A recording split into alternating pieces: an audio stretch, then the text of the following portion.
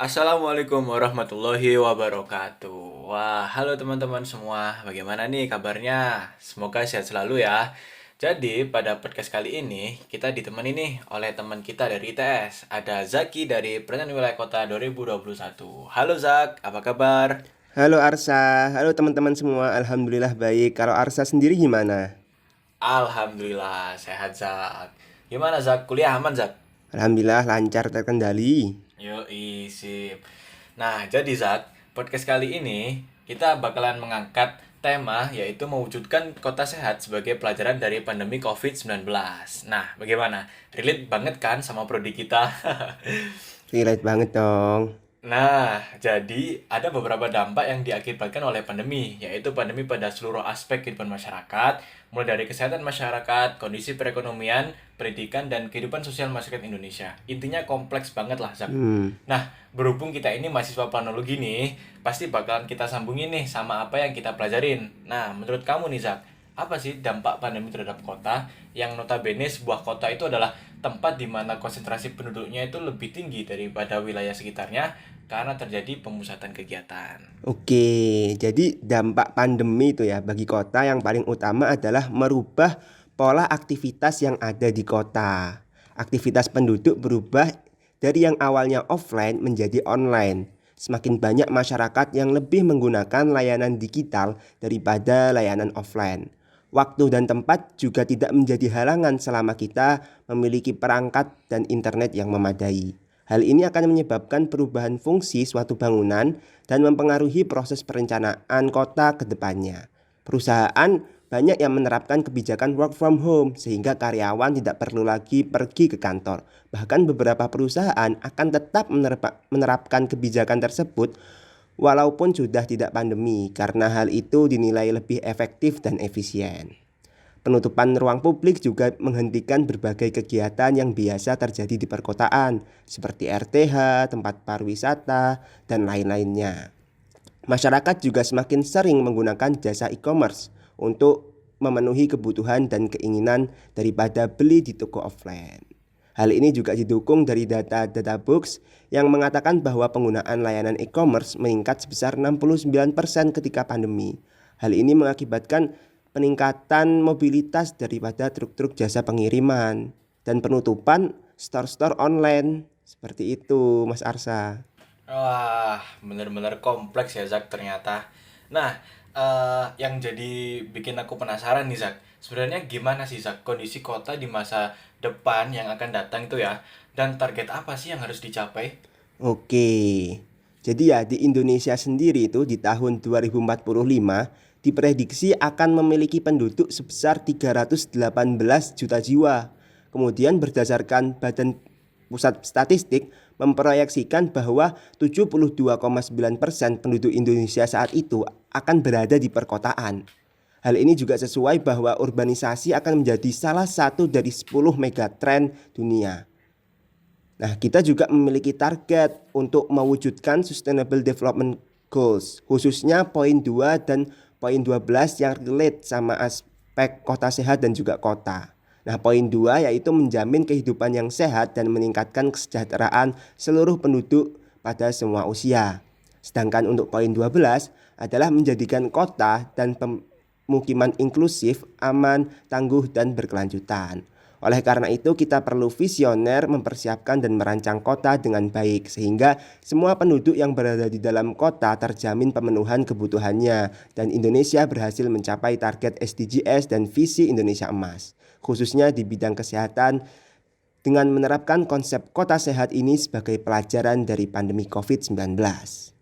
Seperti itu. Wow, bener-bener visioner banget ya Zak. Kita nih sebagai planners emang dituntut harus visioner dalam merancang sebuah perencanaan. Nah, tapi tentunya kan juga atas dasar kondisi saat ini atau present. Nah, ngomong-ngomong nih soal present, gimana sih Zak menurut kamu keadaan saran dan prasarana kesehatan di Indonesia? Nah, benar sekali nih, sebelum kita menerapkan konsep kota sehat, kita perlu mengetahui kondisi sarana dan prasarana di bidang kesehatan yang ada di Indonesia. Mengutip perkataan Lutfi Mardiansyah, bahwa infrastruktur kesehatan di Indonesia masih belum merata karena dari sekitar 1.599 puskesmas dan 2.184 rumah sakit masih berpusat di kota-kota besar.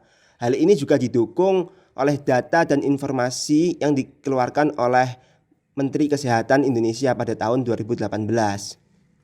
Nah, penyebaran puskesmas dan rumah sakit tidak merata. Hal ini ditunjukkan bahwa 17 provinsi di Indonesia itu memiliki rasio puskesmas per kecamatan di bawah rasio nasional dan 50% rumah sakit di Indonesia terletak di Pulau Jawa. Kemudian di masa pandemi ini juga ada catatan nih buat sarana dan prasarana kesehatan yang ada di Indonesia. Nah, layanan instalasi gawat darurat dan unit perawatan intensif itu di sejumlah rumah sakit itu penuh, di mana rumah sakit kekurangan tempat tidur dan juga sumber daya manusia untuk menampung dan melayani pasien COVID. Akibatnya beberapa pasien COVID yang membutuhkan perawatan harus secara terpaksa ditolak oleh pihak rumah sakit. Selain itu kita juga sempat nih mengalami kelangkaan oksigen yang menyebabkan perawatan dan pelayanan kesehatan bagi pasien COVID menjadi kurang maksimal. Seperti itu. Hmm, nah, ngomong-ngomong nih Zak, tentang tidak meratanya fasilitas di rumah sakit, aku ada sebuah cerita nih Zak. Jadi, pada saat itu temennya kakakku dikabarkan positif COVID-19. Nah, posisi waktu itu terkonfirmasi di rumah. Dengan keadaannya yang kritis, dia pastinya dilarikan dong ke rumah sakit. Sebut aja ke rumah sakit A karena terdekat dari rumahnya. Nah, namun ternyata oleh pihak RSA ini tadi dirujuk lagi ke RS yang lain, sebut saja RSB, dengan alasan fasilitas di sana lebih lengkap. Nah, tetapi sesampainya di RSB malah dirujuk lagi ke RSC karena penuh di RSB tadi. Nah, ketika perjalanan, nah kabar duka tidak bisa kita hindari. Jadi iya, temennya kakakku tidak bisa diselamatkan lagi. Nah, kondisi seperti ini nih Zak, yang perlu menjadi concern atau fokus kita, yaitu pemerataan fasilitas dari rumah sakit agar kasus-kasus seperti ini itu bisa diatasi. Nah, jadi apa ya? Intinya esensi dan eksistensi sebuah sarana dan prasarana utamanya dalam topik ini, rumah sakit ya, itu sangatlah penting, Zak. Tapi sebenarnya menurut kamu nih, Zak, apa sih peran dari sarana dan prasarana itu sendiri, Zak? Oke, jadi sarana dan prasarana kesehatan itu sendiri akan digunakan untuk menyelenggarakan upaya dan pelayanan kesehatan. Sarana kesehatan ini meliputi rumah sakit, puskesmas, poliklinik, posyandu, dan lain-lain. Nah, untuk mewujudkan konsep kota sehat tentunya perlu ditunjang nih oleh sarana dan prasarana kesehatan yang memadai dan dapat dijangkau oleh semua orang. Memenuhi kapasitas minimal sehingga tidak lagi adanya pengumpulan pasien di satu rumah sakit saja. Rasio dokter dan rasio tempat tidur rumah sakit terhadap populasi juga harus merata. Dan masih banyak persyaratan lain sehingga kasus-kasus pasien ditolak itu bisa dihindari. Seperti itu nih. Wah, bener tuh. Tadi ada bahasan menarik nih yang tadi sempat kamu sebut, Zak, yaitu tentang kota sehat. Ini topik asli seru banget sih. Mengenai kota sehat nih, Zak ya. Sebenarnya di Indonesia itu udah ada kota sehat atau belum sih? Dan kalau misal udah ada, apakah ada undang-undang yang mengatur? Kayak gitu, Zak.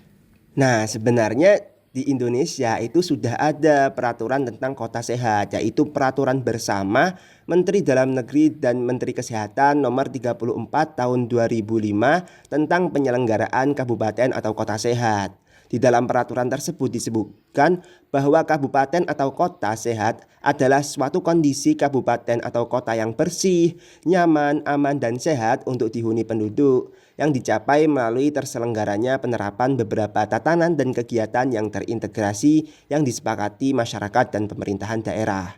Nah, untuk mewujudkan kabupaten atau kota sehat tersebut perlu dukungan kualitas lingkungan fisik, sosial, perubahan perilaku masyarakat melalui peran aktif masyarakat dan swasta serta pemerintah dan pemerintah daerah secara terarah, terkoordinasi, terpadu, dan berkesinambungan.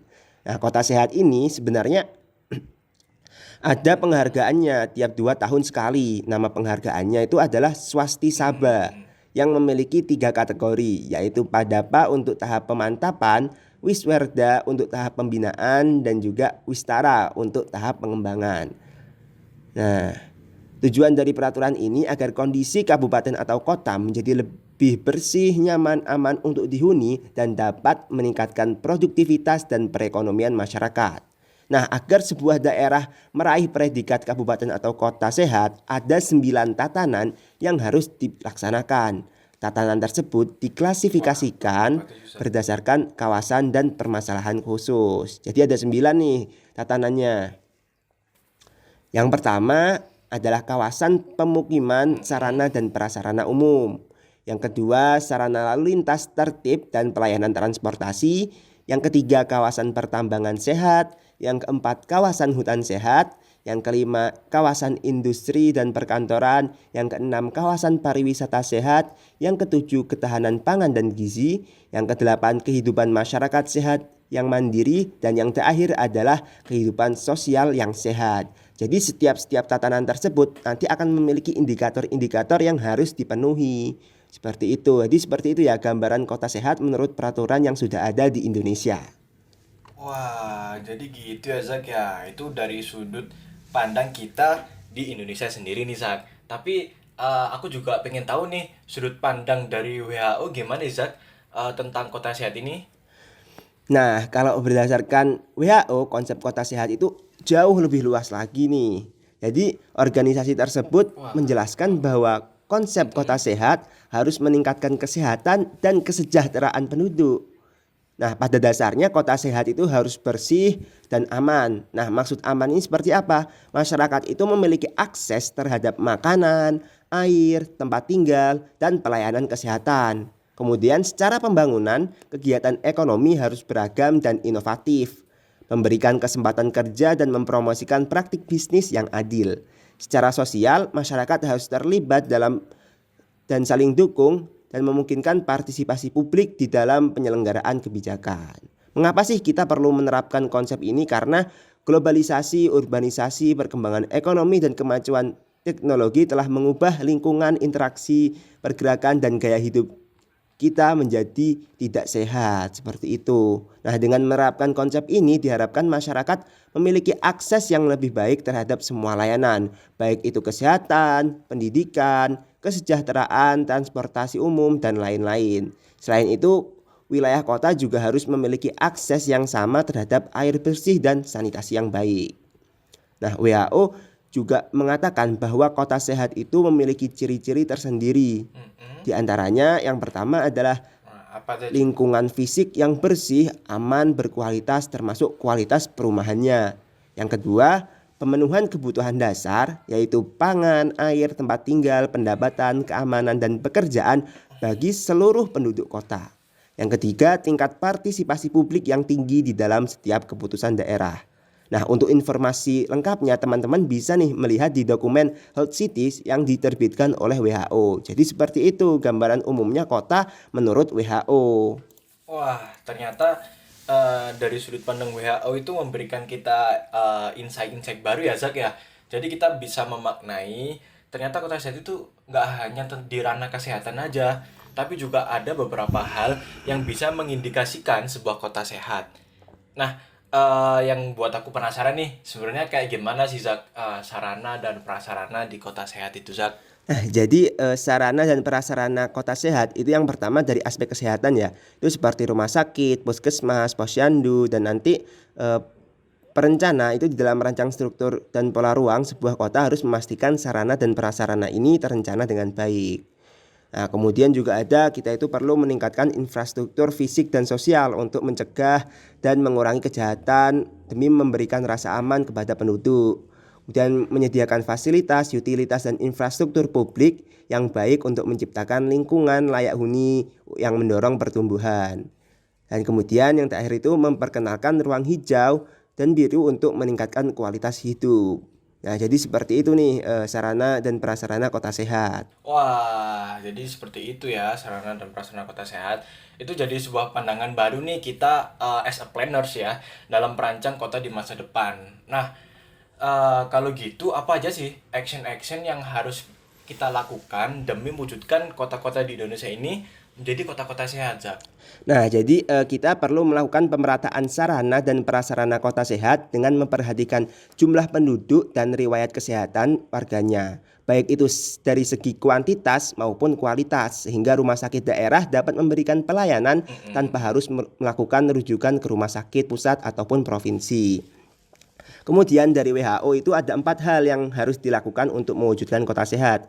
Yang pertama, melakukan tata kota yang baik. Jadi pemerintah harus memiliki komitmen yang tinggi terhadap aspek kesehatan dan mampu mengenali adanya ketimpangan di masyarakat. Kedua, kesehatan di semua kebijakan, di mana setiap kebijakan harus dirumuskan menggunakan pendekatan kesehatan. Yang ketiga, mengurangi ketimpangan atau ketidakadilan di bidang kesehatan. Jadi masyarakat harus mendapatkan pelayanan kesehatan secara merata dan juga setara. Dan yang terakhir adalah inovasi serta adaptasi terhadap kondisi yang ada. Seperti itu, Mas Arca. Wah, semoga nih ya, semoga bisa tercapai ya. Jadi kota-kota di negara kita ini akan menjadi kota-kota sehat nih ke depannya. Amin. Amin. Nah, pastinya nih peran masyarakat juga penting dong dalam realisasi kota sehat. Nah, menurut kamu nih Zak, apa sih peran yang bisa kita lakukan? Nah, jadi ada beberapa peran yang bisa kita lakukan. Dari sisi akademisi, kita bisa untuk mengkaji dan melakukan penelitian terhadap kota sehat nih, bagaimana nanti kerangka penerapannya di Indonesia. Kemudian sebagai akademisi ini juga bisa mengedukasi tentang konsep kota sehat kepada pemerintah dan juga masyarakat, serta memberikan masukan kepada pemerintah tentang cara penerapan konsep tersebut.